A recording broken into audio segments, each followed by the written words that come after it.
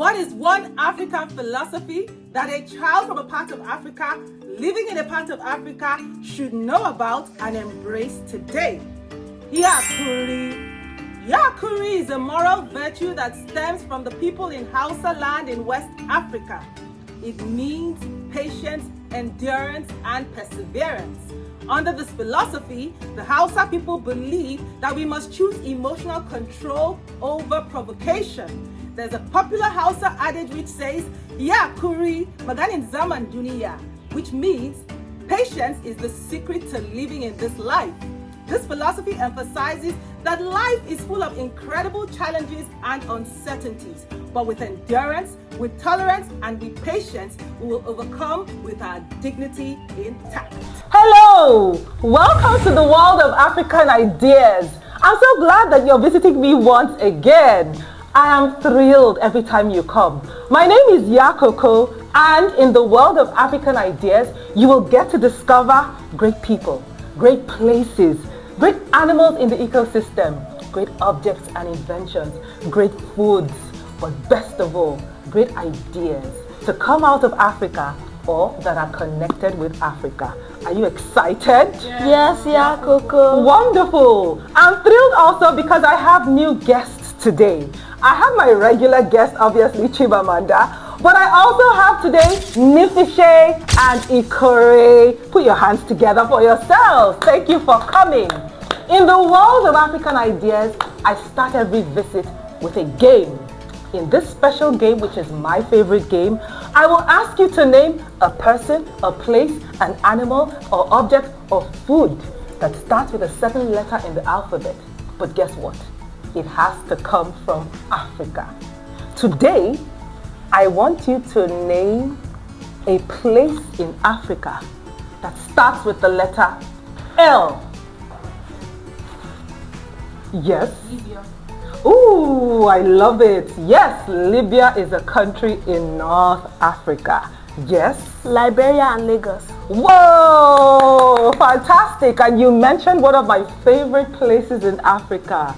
Guess where that is, everybody? Nigeria. Lagos! So let me tell you a few facts about Lagos. Lagos is the most popular city, not just in Nigeria, in Africa, with over 20 million people. It is surrounded by coastal waters. Indeed, the Atlantic Ocean touches parts of Lagos. Lagos is divided into what we call the island and the mainland parts. It is full of beaches and nice coastal areas. But fascinating also about Lagos is its vibrant weekend parties. Lagosians love to party in a loud way. Lagos is also famous for, guess what? Traffic! What we call go slow. But even more than that, Lagos is full of bold people. Lagosians are known for their daring, bold qualities. Lagos also has vibrant fashion scenes. The best of fashion comes out of Lagos, although some other parts of Nigeria would argue.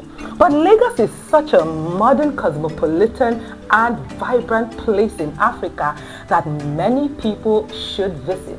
Have you visited Lagos? So many times. Good, I'm excited. So that's one city in Africa that starts with the letter L. Thank you for playing my favorite African game with me. Now let's find the other items in the game. What is an African practice that starts with the letter L? Libation. Libation is a traditional practice found in many African cultures, where a small amount of water, palm wine, or another drink is gently poured onto the ground while offering prayers, blessings, or words of remembrance. It is a way of showing respect to ancestors, honoring important traditions, and asking for peace, wisdom, or protection. Libation ceremonies often take place during festivals, community gatherings, family celebrations, naming ceremonies, weddings, and other special events. The person performing the libation may speak words of gratitude, remember those who came before, or ask for blessings for the people who have gathered. For many African communities, libation is a reminder that every generation is connected to those who lived before them. Have you ever witnessed a libation practice before? And now let's move on to another favorite part of your visit, which is a time when I get to tell you a story, a great story from Africa's past. In this season, I've been focusing on heroic deeds by children and women in Africa. Today, I'm going to tell you an amazing story of some women who were an elite fighting force in Africa. They were known as the famous Agojies, also called the Amazons of Dahomey. Have you ever heard about Dahomey? Yes. Tell me what you know about Dahomey. So, like, it's located in Northern Nigeria. No, but I like that you tried. Obviously, the name strikes something, but you need to, I will help you refresh your memory. Dahomey was an ancient kingdom in West Africa, in what is known today as modern-day Benin Republic. Yes, Dahomey was a fantastic kingdom. Though small, it was very reputable. It had a great taxation system. It was known for violent and successful conquests. And best of all, the kingdom of Dahomey had one of the most sophisticated military systems in all of West Africa. They were small and surrounded by enemy kingdoms, from the Ashanti to the Oyo Empire. And so Dahomey Empire and kingdom had to make sure that it protected itself and built one of the most defensive military systems in the entire West African history. The Dahomey military system had a unique quality also. It had the only female fighting force ever recorded in the world. In ancient Greek mythology, there are stories about women warriors called the Amazons, but these stories are said to have been mythological. In other words, they are not proven to have existed in fact. But in Africa, evidence shows that Africans had female warriors, deadly, sophisticated, great soldiers, commanders by themselves who were women. These were the Agojies in the great kingdom of Dahomey. How did they come about? As I said, Dahomey was a kingdom known for fighting a lot of wars. And in ancient tribal systems, when wars were fought, prisoners were taken. Those prisoners became slaves in the kingdoms that conquered them. So Dahomey kingdom had a lot of slaves that they captured during warfare. Wars that they fought and conquered, they took away slaves. For a long time, these slaves were sold as, cattle for trade when the kingdom of Dahomey was trading with the Portuguese, the British, and many other people from Europe. But at some point, they decided to turn some of these female slaves into guardians of the king's palace. Because some of these slaves were taking care of the king and his children. And so the king, Agojie, decided that they should be equipped and trained to provide defense and protection for his family. And so a small palace guard emerged from these slaves. But very soon, others began to take an interest. And the king found out that this idea could be more than just a palace guard system. But these women could be trained to actually fight in the king's army. And so they began to recruit more female slaves. They began to invest in their training. And soon, a brutal, disciplined regimen for training Agojies emerged. Agojie warriors were one of the most deadly warriors, as I said. Women who were trained to withstand pain. They felt no pain because the systems by which they were trained, they faced the fiercest kind of torture known to humanity, and they all overcame. Agojie warriors were pledged to the king, and so they could not marry or have children. Because of that, as women, they had no emotional connections to families, and so they were willing to fight to death for the glory of the Dahomey kingdom. Agojie warriors, whenever they faced armies, it was said that armies fled because of the deadly confrontation that the Agojies presented. They never gave up. As I said, while other warriors would sometimes flee from the battlefield, Agojie warriors would never do so. They were ready and willing to fight to the death. And so they fought the Ashantis, they fought the Oyo Empire, they fought the Egba armies as well. And eventually, they fought the French armies that came all the way from France to conquer Dahomey. Agojie warriors were brutal.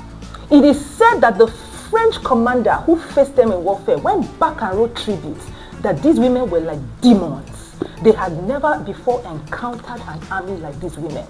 They began by chanting war songs and fighting ferociously with all kinds of war painting all over their bodies. The Agojies were reputable for great war and defense. It was in the history of Africa never before known. They fought. Unfortunately, at some point, the Oyo Empire conquered the Agojies. And so the Dahomey kingdom began to pay tribute to the Oyo Empire. But eventually, Dahomey warriors fought and resisted Oyo Empire's subjugation. They also fought Egba kingdom. The Egba armies from Abeokuta rose up also and were attempting to take over Dahomey. Agojies once again presented a fierce defense in protection of the great Dahomey Empire. As I said, the French army also came. But what made the French to overcome Agojies was technology. Because the French army had great what?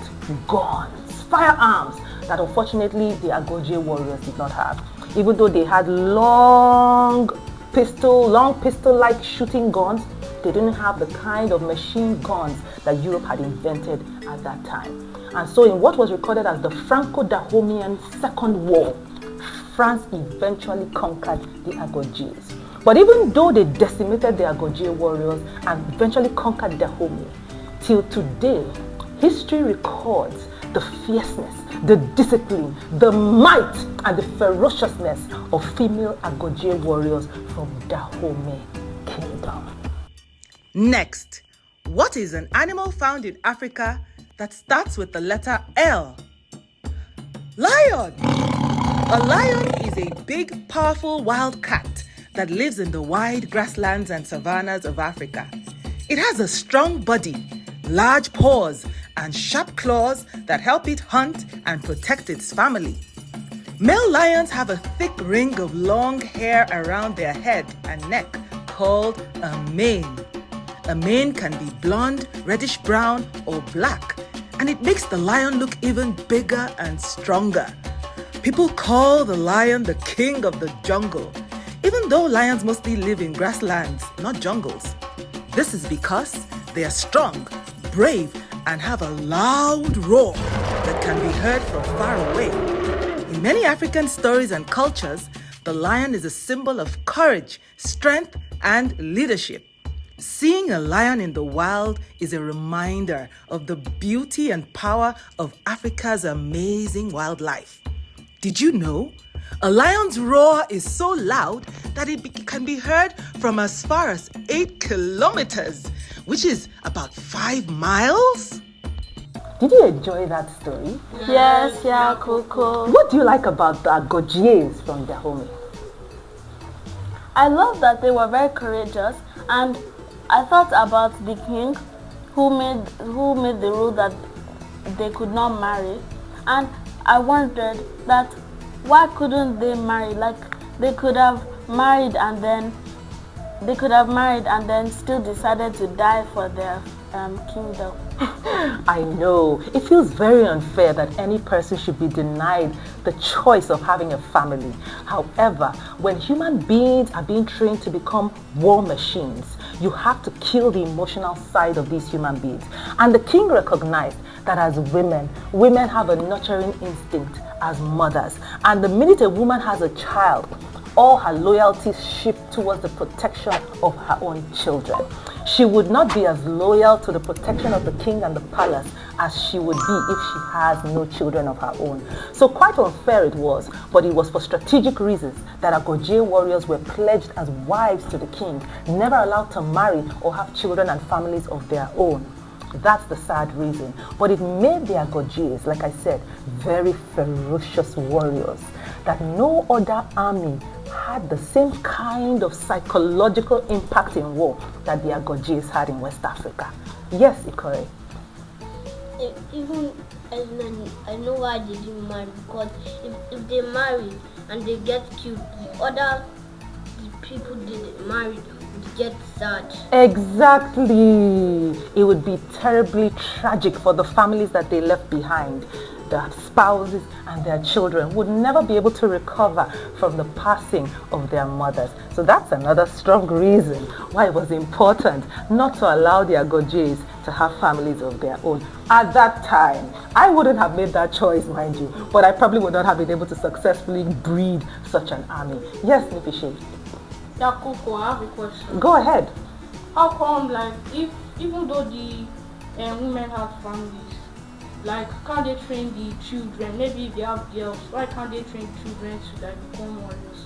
Remember, it is said that the people who became recruited as Agojis were slaves or the poorest of the society, right? So these kinds of people were people who didn't have a choice.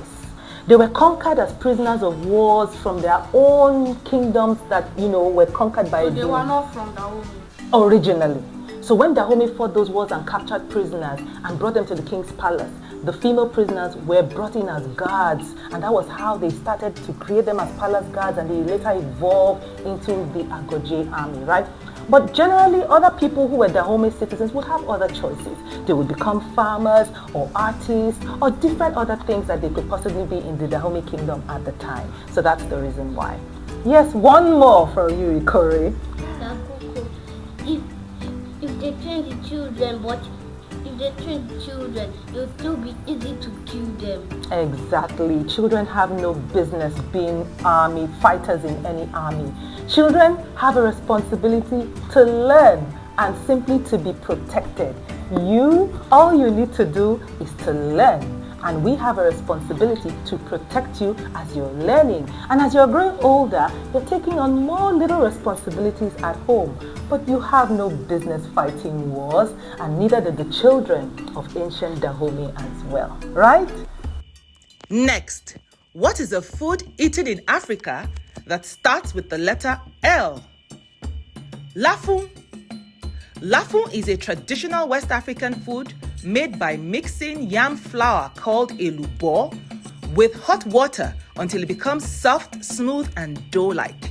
It is popularly eaten among the Yoruba people of Nigeria in West Africa, who often call it white amala because of its white or off-white color. Lafun is usually eaten with your hands. You pinch off a small piece with your fingers, roll it into a ball, and dip it into tasty soup, such as egusi, ewedu, or okra soup, and swallow it without chewing. It is a filling and nutritious meal that many families enjoy together. Did you know? Lafun is often shared from one big bowl during family meals, making it a food that brings people together. Thank you so much for being amazing listeners. And now I have something important to share with you, which is the story of a role model.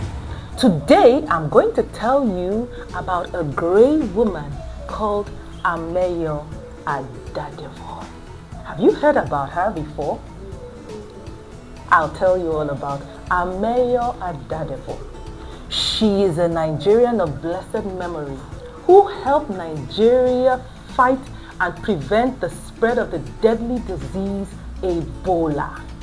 When the deadly Ebola virus broke out in West Africa in 2014, there was a great female doctor in a hospital called First Consultants in Lagos, who was the first to diagnose a patient called an index case. Her name, the name of this doctor, was Ameyo Adadevoh. For the past 21 years, she had been working as a physician and an endocrinologist in that hospital, right? And one day, a very sick patient came to her hospital. He was called Patrick Sawyer. He was from a country called Liberia in West Africa. He was visiting Nigeria to attend a conference in Calabar, in Cross River State, Nigeria. But he was very sick and presented some very strange symptoms. And this doctor was very professional and very alert to the symptoms. She immediately ran the necessary tests, right? But because he was a foreigner from another country and a diplomat, there was a lot of pressure on Ameyo Adadebo to release him. It's simply malaria, they said. Let him go so he can attend his conference. But she said no, because around the world there had been news of the breakout of a deadly disease called Ebola. And Ameyo was very sensitive. She wanted to make sure that the symptoms presented by this sick patient were not aligned with the symptoms that were consistent with this virus. So she insisted that she would run all her checks, right? And when the test results came out, there was evidence indicating that this was potentially the Ebola virus. By this time, a letter came from the ambassador of Liberia directly to her hospital, requesting that she release this patient to attend his conference. Imagine, a letter from a whole ambassador. That is like a letter from the president of a country. But Ameyo was so professional. She preferred to follow the symptoms and the direction of medicine. And so she refused to let this patient go, knowing the risk that if she released this patient as an index case, he would endanger every other person that he came in contact with and potentially spread this deadly virus to all of them. So against such immense pressure, Ameyo Adadebo stood her ground. She was the chief consultant in the hospital at the time, so she was the one who was most responsible. Instantly, apart from refusing to release this patient, discharge the patient, she also set up immediate protocols for the protection of the hospital. She built a wooden barricade in front of the room and the ward where this patient was, removed all other patients, evacuating all other patients from that room, effectively quarantining him. She also began to release circulars in the hospital, educating and enlightening all hospital staff about Ebola virus and what preventive measures could be taken. She instantly procured protective gear, making sure that all nurses and staff of the hospital were protected when coming in direct contact with patients. That was how, through Ameyo's proactiveness, she prevented the spread of Ebola, because it turned out that indeed this patient was a carrier of the Ebola virus. Had it been she yielded to the pressure and discharged the patient, imagine what would have happened in the most populous country in West Africa, a nation of over 200 million people. This patient discharged to come in contact with the entire population, it would have been disastrous. Because of her frontline response, Ameyo Adadebo is recorded in history as the physician who prevented the spread of the deadly Ebola virus across the Nigerian population. Sadly, she contacted the virus herself, and in August 2014, Ameyo Adadebo passed on, but her legacy still stands strong. By October of the same year, the WHO, that is the World Health Organization, had declared Nigeria Ebola-free because of the single-handed leadership by a physician, a frontline responder in a critical moment in public health history, Ameyo Adadebo. Never forget that name. It is a story of professionalism. It is a story of what? Courage. It is a story of humanity and responsibility to others. That is the legacy of Ameyo Adadebo, and why she remains a role model for all African children in the world today. Did you learn any lessons from the life of this great woman? Yes, Ikore. I know why she died in that year. Because even though the thing spread on her. Exactly. She contacted it. But because of the measures she took, she prevented it from reaching other people. Other people could have caught it too and passed on just like she did. But we credit Nigeria's safety today from Ebola to the actions taken by this great hero, Ameyo Adadebo. And finally, what is an object found in Africa that starts with the letter L? A lantern. A lantern is a special light that you can carry using a handle. Unlike a candle, which can easily blow out in the wind, a lantern has a clear cover, usually made of glass, that protects the flame and helps keep it shining even when it is windy or rainy. Traditional lanterns, often called taa in Swahili, use a fuel such as kerosene or oil. Inside the lantern is a small strip of cloth called a wick, which soaks up the fuel, and when the tip of the wick is lit, it produces a steady, bright flame that gives light in the dark. Before electricity reached many homes, lanterns were commonly used to light homes, help people walk safely at night, and allow children to read or do their homework after sunset. Today, many lanterns use batteries or even solar power instead of fuel. Did you know that some modern solar lanterns can be charged by the sun during the day and provide light all night without needing kerosene or electricity? Thank you for coming to my world today, and thank you for listening so attentively. I hope you'll visit me again another time. Until then, it's bye from me, Koko. Bye! Thank you, Koko.